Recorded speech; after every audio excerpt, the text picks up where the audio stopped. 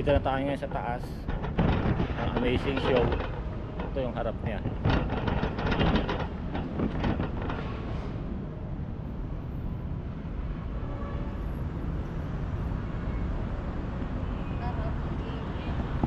Ito ang harap.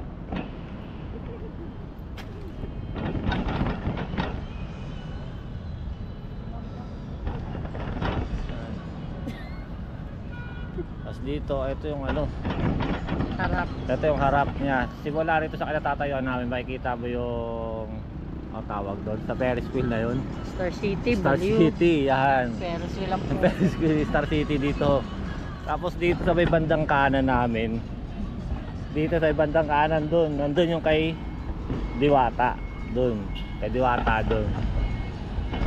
Baba tayo, papakita natin ulit na mas maganda-ganda.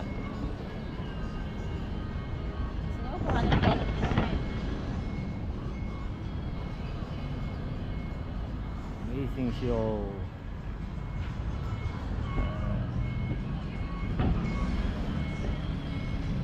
Dito ang ganda ng view, ang ganda ng view rito.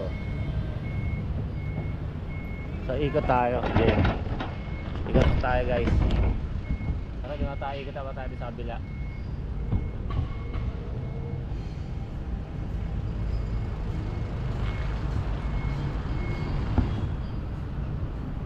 Kaya tayo.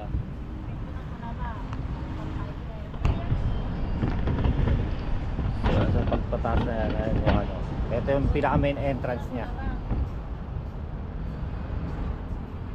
Ano ang pinaka main entrance? So yun guys, nandito na tayo. Anong meron dito sa taas ng building?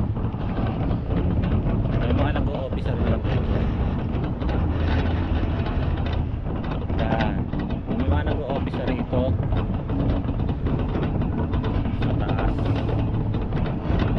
Natin. Ayun. May mga tambak ng kahoy. Ay, kahoy bakal.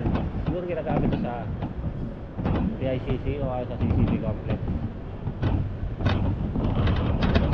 Ayan guys. Yung tao.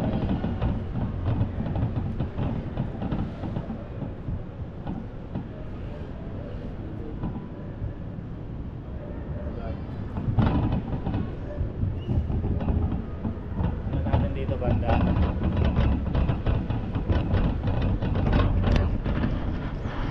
Ito tingnan natin. Ito yung tsura dito sa kabilang side.